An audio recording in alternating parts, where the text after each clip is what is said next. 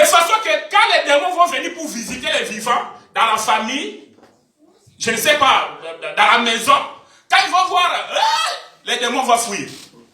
Quel mensonge du diable. Alléluia. C'est vraiment diabolique. Les dieux de la mort.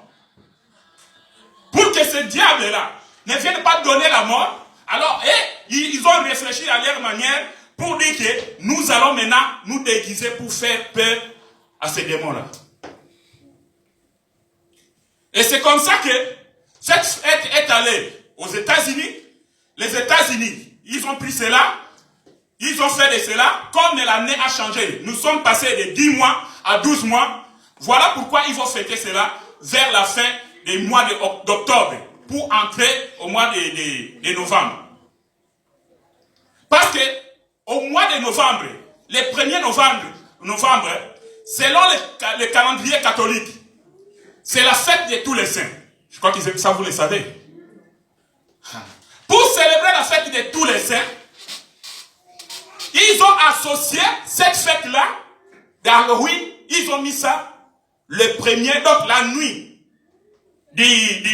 la dernière nuit d'octobre pour entrer au mois de novembre. Et catholique a officialisé cela, c'est ce qu'on appelle la fête des Toussaint. Or, c'est une fête satanique diabolique.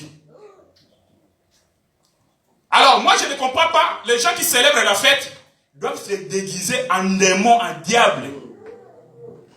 Ça, c'est quel genre de fête? Alors, bien aimé, ne tombons pas dans ces pièges-là. Si tu avais préparé des choses pour faire habiller ton enfant, pour décorer sa figure, pour faire n'importe quoi, le Seigneur t'interpelle cet après-midi. Ne le fais pas, ne le permets pas. Parce que ils sont en train de célébrer leur Dieu. Ils sont en train d'adorer leur Dieu. Alors quand tu prépares ton enfant comme ça, tu l'envoies à l'école pour qu'il se déguise, il fasse peur aux gens, tout ça. Donc toi aussi, parent, tu participes à cette adoration-là d'une autre manière. Des fois, nous adorons Satan, mais quand nous sommes ici, nous adorons Dieu, oh Seigneur, mais nous adorons Satan d'une autre manière sans le savoir. Alors nous, en tant qu'enfants de Dieu, nous devons beaucoup faire attention. Et nous sommes là comme des sentinelles pour sonner la trompette, pour attirer l'attention des enfants de Dieu, pour que nous ne puissions pas tomber dans ces pièges. Amen. Et quand ils viennent la nuit, ou bien devant votre porte, ils demandent quoi? Des bonbons. Alors si tu ne donnes pas de bonbons, qu'est-ce qui va t'arriver? Un mauvais sort. Ça c'est quelle fête ça? Ils arrivent là, ils demandent des bonbons. Et pourquoi des bonbons? Nous avons étudié, nous avons fait des recherches ici, toutes ces choses-là, mais on n'a pas le temps de dire tout cela ici. C'était seulement pour attirer notre attention que nous devons beaucoup faire attention. Ne laissons pas nos enfants. Quand nous prions, nous allons prier à la fin ici, que leurs enseignements là-bas ne restent pas dans la tête de nos enfants. Que les mémoires de nos enfants soient gardées pures devant le Seigneur. Amen. Que le Seigneur vous bénisse. On peut acclamer pour la gloire de Dieu.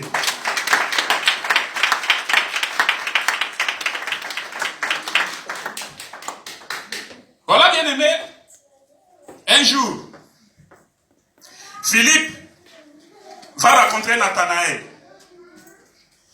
Et il va dire à Nathanaël, nous avons trouvé celui que Moïse a écrit dans la loi et dont les prophètes ont parlé. Jésus de Nazareth, fils de Joseph. Ah. Mais Philippe était plongé dans les Écritures. Philippe connaissait la loi. Il connaissait la promesse de Dieu. Philippe aussi attendait le Messie. Une fois il a rencontré le Seigneur Jésus-Christ, il n'a pas hésité une seconde. Il est venu, il va dire à Nathanaël, nous avons rencontré celui que Moïse a écrit dans la loi et celui que les prophètes ont parlé. Aha. Donc nous comprenons que tout ce que Moïse a parlé dans la loi, et quand nous parlons de la loi, c'est-à-dire nous parlons de Genèse, Exode, Lévitique, Nombre et Deutéronome. Alléluia. Et tout ce qui suit ne parle que de Jésus-Christ. Alors quand nous allons visiter les prophètes, Et nous regardons les mouvements des prophètes. Nous comprenons que même ces prophètes sont là pour parler de Jésus-Christ. Parce que c'est Philippe qui nous confirme ici.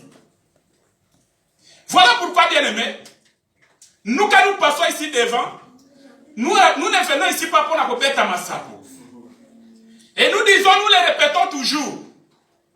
Tous ces hommes-là qui passent devant la chair de Dieu pour raconter leur voyage, moi j'ai fait ceci, j'ai fait cela, ça n'amène pas la vie. Alléluia.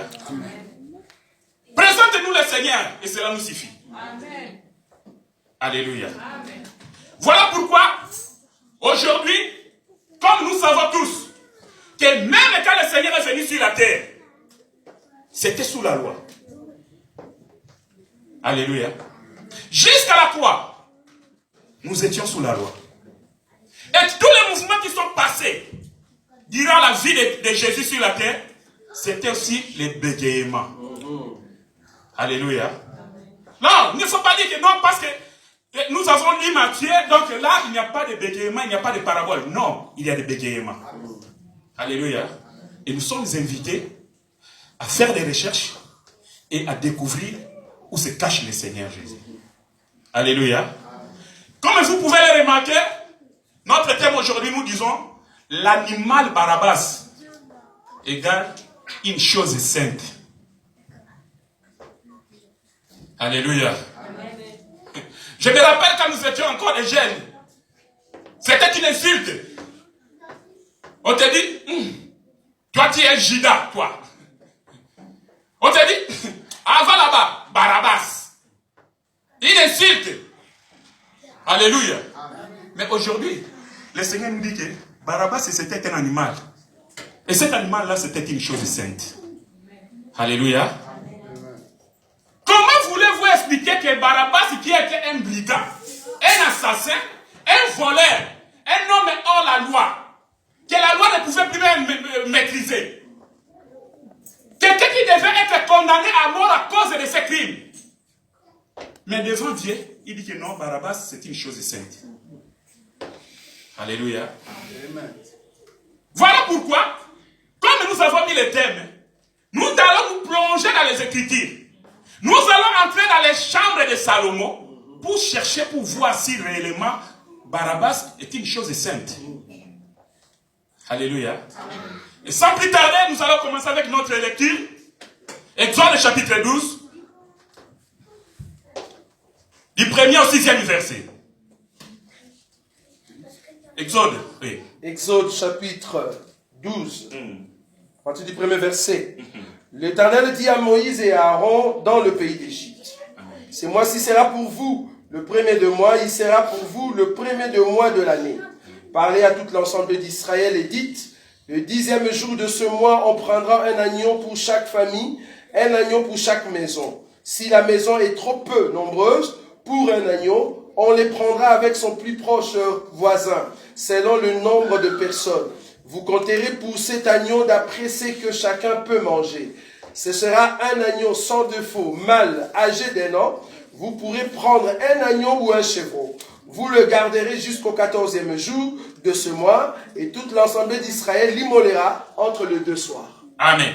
Amen.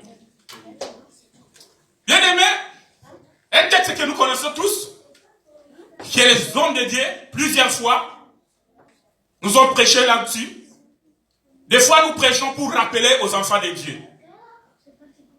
Nous savons tous que depuis que Dieu avait appelé Abraham, il a marché avec Abraham jusqu'à arriver à Jacob.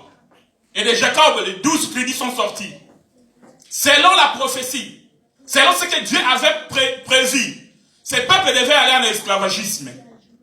Mais Dieu avait promis qu'un jour, il viendra chercher, les faire sortir de l'esclavagisme. Comme nous connaissons tous, il a fallu que Dieu puisse exercer sa main face à Pharaon pour libérer son peuple. Et la Bible nous dit que Dieu a frappé l'Égypte avec 9 plaies. Et parmi les 9 plaies, rien ne s'est passé. Mais Dieu lui-même, d'un autre côté, il frappe Pharaon, de l'autre côté, il endurcit le cœur de Pharaon. Alléluia. C'est pour arriver au 10e blé. Alléluia. Voilà pourquoi Dieu va donner l'ordre à Moïse. Tu vas parler aux enfants d'Israël. Chaque famille va prendre un agneau. Un agneau d'un an. Cet agneau sera sans défaut, sans tache, donc pur, propre, sans infirmité. Il dit que vous allez l'immoler entre les deux soirs. Et si la famille est trop petite, il va manger cela avec sa voisine la plus proche. Et nous avons expliqué que les voisins les plus proches, c'était nous. Alléluia. Depuis là, en Égypte, nous étions là et nous avons mangé la Pâque avec les enfants d'Israël. Alléluia. Il a fallu que l'agneau soit égorgé. Il a fallu que le sang coule pour que le peuple puisse avoir la libération. Et j'aime quand Dieu dit que ce mois sera le premier mois de l'année. Alléluia. Amen. Ce mois sera le premier mois de l'année. Il dit si la famille n'a pas de quoi? De brebis, on peut les remplacer par un chèvre. Alléluia. Amen. Maintenant, quand le sang coule, d'un côté, c'est la libération, de l'autre côté, ce sont des pleurs et des grincements des dents. Alléluia. Voilà, bien aimé, quand Dieu va marcher avec les enfants d'Israël, chaque fois il va les rappeler. Souviens-toi de l'Égypte. Souviens-toi comment je t'ai libéré. Souviens-toi ce que j'ai fait en Égypte. Souviens-toi. Imaginez, bien aimé. Voyez bien. Dieu, quand il veut parler aux enfants d'Israël, il lui rappelle toujours les premiers mois qui étaient en Égypte, ce qui s'était passé en Égypte. Alléluia. C'est-à-dire, tout ce qui s'était passé avec les enfants d'Israël, avant ce mois-là, Dieu ne regardait plus cela. Mais il les rappelait toujours que ce mois sera le premier mois. Alléluia. J'aimerais dire à quelqu'un ici, j'aimerais t'exhorter, bien-aimé. Moi, je ne connais pas ton passé. Je ne sais pas ce qui s'est passé dans ta vie. Moi aussi, ma vie passée, elle est restée derrière. Parce que quand le Seigneur te regarde, il ne regarde pas ce qui était derrière toi, ce que tu avais fait dans le passé. Le Seigneur te regarde à partir du jour où il t'a appelé, et tu es venu, tu as dit, oui Seigneur, me voici. Amen. Alléluia. C'est le premier mois de ta vie. C'est la première année que le Seigneur te regarde. Voilà comment le Seigneur veut que nous puissions conserver cette écriture-là. Et la Bible me dit que celui qui met la main dans la pâte et regarde en arrière n'est pas digne du royaume des cieux. Parce que le Seigneur te regarde à partir du premier mois, de la première année que tu es venu. De c'était ta sortie de l'Égypte. Tu es déjà sorti de l'Égypte. Le Seigneur ne regarde pas ce qui est derrière toi. Il regarde quand tu es sorti de l'Égypte pour commencer la marche vers la destination, vers Canaan. Parce que c'était le départ des enfants d'Israël vers la terre promise. Nous aussi, en tant que chrétiens, depuis le jour où nous avons accepté le Seigneur Jésus-Christ dans notre vie comme Seigneur et Sauveur, c'est ce jour-là que nous avons commencé la marche avec notre Seigneur Jésus-Christ. Et notre destination, c'est Canaan. Alléluia. Et Canaan, notre Canaan, c'est le royaume des cieux. C'est le paradis. Là où notre Seigneur nous attend. Alléluia. Comprenez une chose, bien aimée. Le Seigneur vient nous sortir de l'Égypte. Il nous attend à Canaan. Mais lui-même nous accompagne sur l'Égypte. Alléluia. Il est merveilleux. Et il dit, mes enfants, je vous amène à Canaan. Mais lui-même, il est à Canaan, il nous attend. Alléluia. Et nous devons courir jusqu'à arriver à la destination. Jusqu'à atteindre les buts. Parce que là, le Seigneur nous attend. L'homme de Dieu, Lévitique.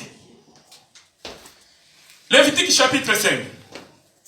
Lévitique chapitre 5. 16. Hein? 16. Lévitique chapitre 16. Verset 5 à 10. 5 à 10. Amen. Je lis rapidement la parole de Dieu.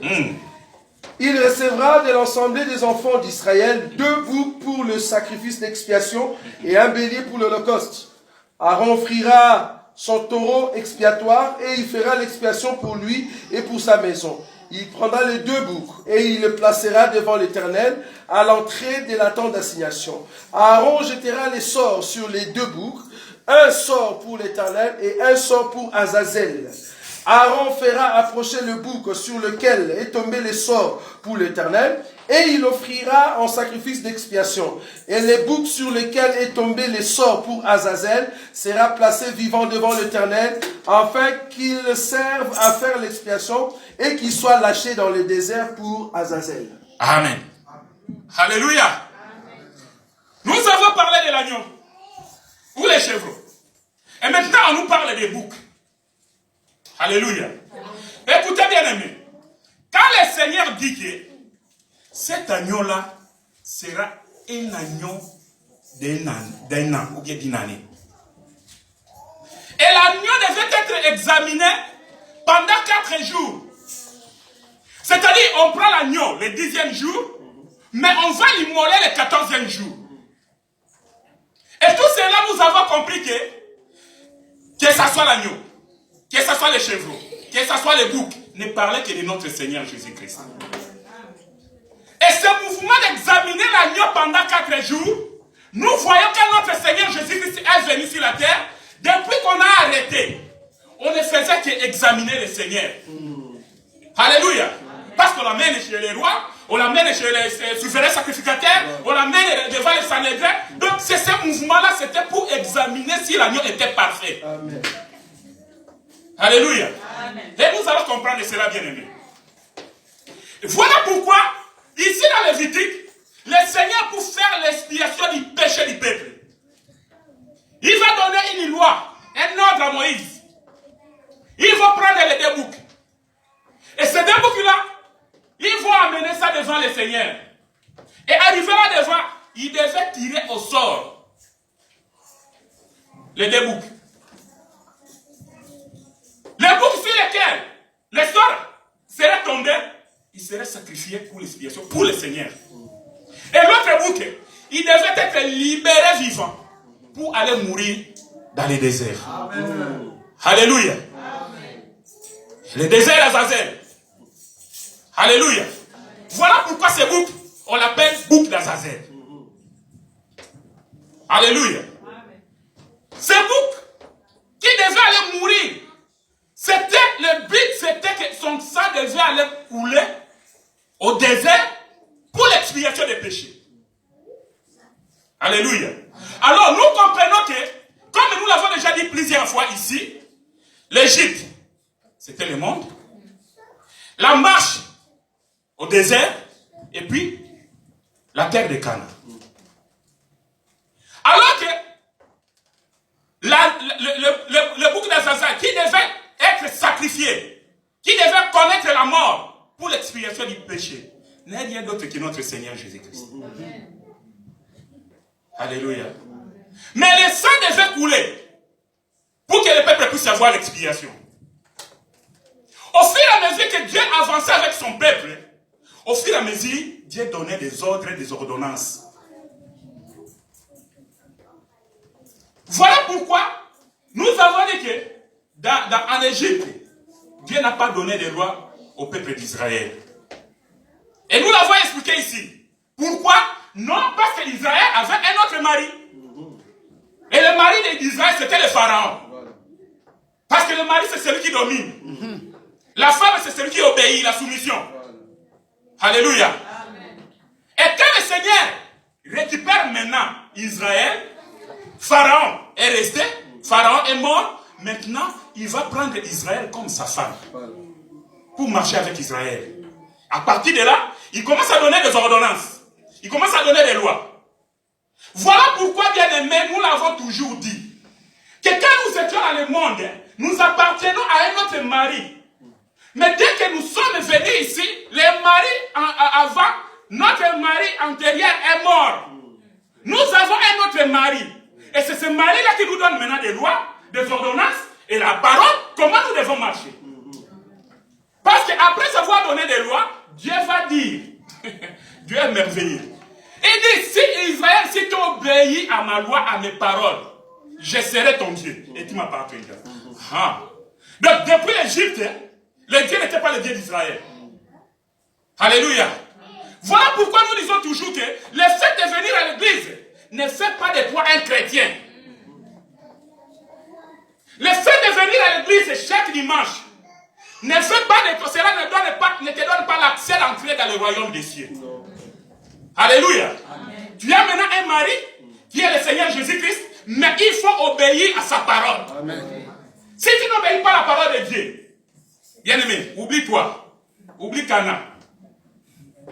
Sinon, nous risquons de terminer comme tous ces hommes qui sont sortis de l'Égypte. Tous ne sont pas entrés.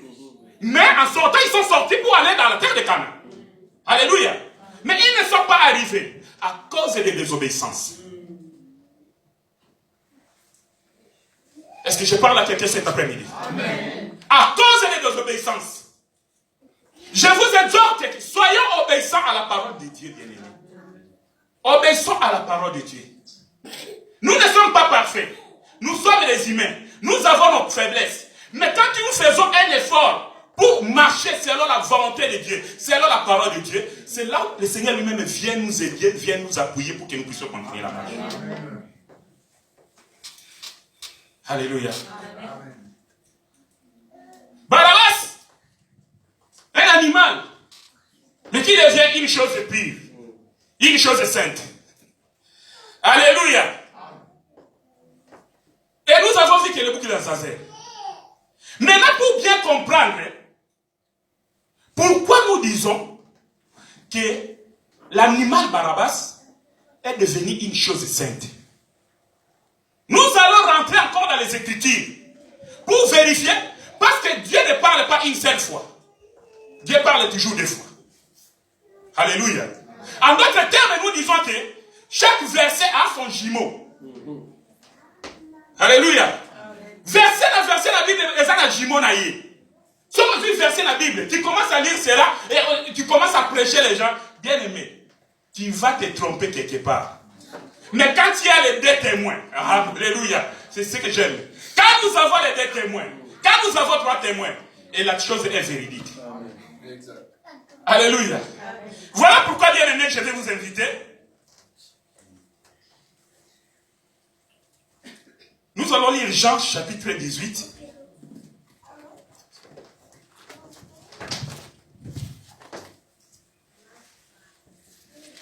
Jean chapitre 18, 35 à 40. Jean chapitre 18, 35 à 40. Pilate répondit, moi suis-je juif? Ta maison et les principaux sacrificateurs t'ont livré à moi. Qu'as-tu fait? Mon royaume n'est pas de ce monde, répondit Jésus. Si mon royaume était de ce monde, mes serviteurs auraient combattu pour moi, afin que je ne sois pas livré aux Juifs. Mais maintenant mon royaume ne point d'ici-bas. Pilate lui dit, tu es donc au roi? Jésus répondit, tu l'as dit, je suis roi. Je suis né et je suis venu dans le monde pour rendre témoignage à la vérité. Quiconque est de la vérité, écoute ma voix. Pilate lui dit, qu'est-ce que la vérité? Après avoir dit cela, il sortit de nouveau pour aller vers les Juifs et il leur dit, je ne trouve aucun crime en lui. Mais comme c'est parmi vous une coutume que je vous relâche quelqu'un à la fête de Pâques, voulez-vous que je vous relâche le roi des Juifs? Alors de nouveau, tous s'écrièrent, non, pas lui mais Barabbas. Or, Barabbas était un brigand. Amen. 19, l'homme de Dieu. Chapitre 19. À partir de 1er. 4 à 6. Jean chapitre 19 à partir de 4. Pilate sortit de nouveau et dit aux Juifs, voici je vous l'amène dehors afin que vous sachiez que je ne trouve en lui aucun crime. Amen. Je continue. C'est bon? Non, c'est bon. Ok, merci. Alléluia. Amen. Ici, nous voyons maintenant notre Seigneur Jésus-Christ qui était accusé, qu'on devait juger. en train d'examiner si l'agneau est parfait, il arrive chez Pilate. Les Juifs amènent le Seigneur Jésus-Christ devant Pilate. Pilate va examiner Jésus. Il prend le Seigneur, il interroge, il le tourne, il tourne à gauche, il tourne à droite, il tourne devant, il fait tourner le Seigneur Jésus, il regarde de la plante des pieds jusqu'à la tête. Alléluia. Il ne trouve aucun crime. Nous comprenons que l'agneau qui a été examiné en Égypte, qu'on avait trouvé sans défaut, sans faute, c'était le Seigneur Jésus-Christ. Ici, le crime signifie sans faute, sans défaut, sans péché. Alléluia. Donc, cet homme que Pilate est en train de présenter au peuple que voici l'homme. Ok, il y a quelques jours, Jean-Baptiste l'avait présenté, voici l'agneau. Alléluia. Nous comprenons que celui qui est devant Pilate, ce n'est pas simplement un homme, mais c'est un agneau. Est-ce que vous voyez cela? Amen. Alléluia. Voilà pour Pilate devait l'examiner, bien-aimé. Parce que c'était un animal. C'était un agneau. Un agneau pur, sans faute, sans défaut. Un animal pur. Un animal saint. Maintenant, Pilate va faire l'ironie. Vous avez votre loi qui dit qu'on doit libérer une personne le jour de la fête, Mais au lieu de poser la question, voulez-vous que je vous libère le roi des Juifs? Voulez-vous que je vous libère Barabbas? Il demande si le peuple pouvait accepter qu'on libère le Seigneur Jésus-Christ. Et tout le monde a dit non. Barabbas. Et pour Jésus, crucifiez-le, crucifiez-le. C'est pour dire au peuple que l'agneau que tu as examiné, tu as trouvé qu'il est parfait, tu as trouvé qu'il est sans faute, mais c'est un animal digne de sacrifice. Alléluia. Amen. Voilà pourquoi le Seigneur Jésus-Christ devait être sacrifié. Il y a beaucoup de choses que nous pouvons dire là-dessus. Mais je n'aimerais pas être là aujourd'hui. Parce que quand le Seigneur Jésus-Christ, il vient, il va prendre les sacerdotes mosaïques, les sacerdotes ou les sacerdotes aaroniques, pour les transposer ou bien les transférer à la tribu de Juda. Et la Bible me dit qu'il a fait de nous un royaume et des sacrificateurs. Alléluia. Ni c'était cela, nous n'allions pas avoir part dans ce royaume que nous trouvons aujourd'hui. Et pour que cette parole soit accomplie, ma Bible me dit, quand Jésus se présente devant les souverains sacrificateurs, on commence à interroger le Seigneur Jésus-Christ. Il n'ouvre pas la bouche. Il ne répond pas. Mais quand le souverain sacrificateur va dire, est-il le Fils de Dieu? Il dit, tu l'as dit. Alléluia. Il confirme, il dit, tu l'as dit. Je le suis. Le souverain sacrificateur dit, ici, quelqu'un qui dit qu'il est le Fils de Dieu, c'est-à-dire le Fils de Dieu, c'est le Messie. Voilà. Alléluia. Je ne suis plus digne d'être le souverain sacrificateur. Alléluia. Il va faire un mouvement prophétique. Il va se lever, il va déchirer son vêtement pour dire que je ne suis plus digne d'être souverain sacrificateur. Voici le souverain sacrificateur qui est devant moi. Alléluia. Et quand Jésus se présente devant les rois, après avoir examiné, comme on venait d'expliquer, on va fouetter le Seigneur Jésus-Christ, on va le libérer pour être crucifié. Mais comme il était le roi, il est venu pour récupérer son royaume. Et quand il arrive devant un roi, le roi doit faire tout de ce que la royauté quitte son royaume pour rentrer au mains de Jésus-Christ. Voilà pourquoi quand le Seigneur Jésus-Christ va sortir de là, on va lui donner une couronne d'épines. Alléluia. On va le faire vêtir de pourpre. Alléluia. Qui veut dire, sont des symboles du royaume, de la royauté. Alléluia. En d'autres termes, le Seigneur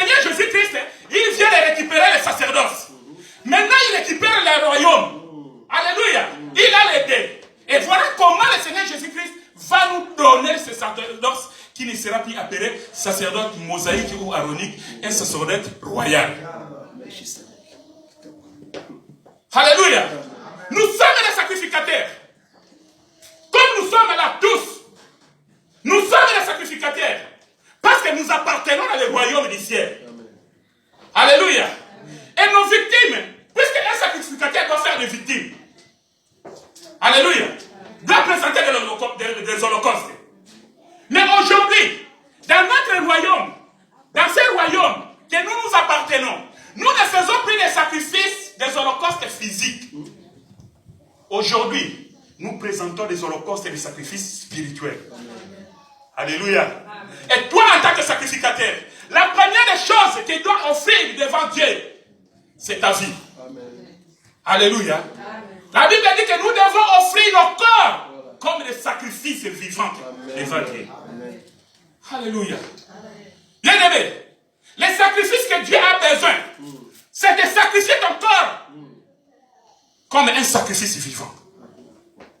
Que nous sentons une bonne odeur. Alléluia.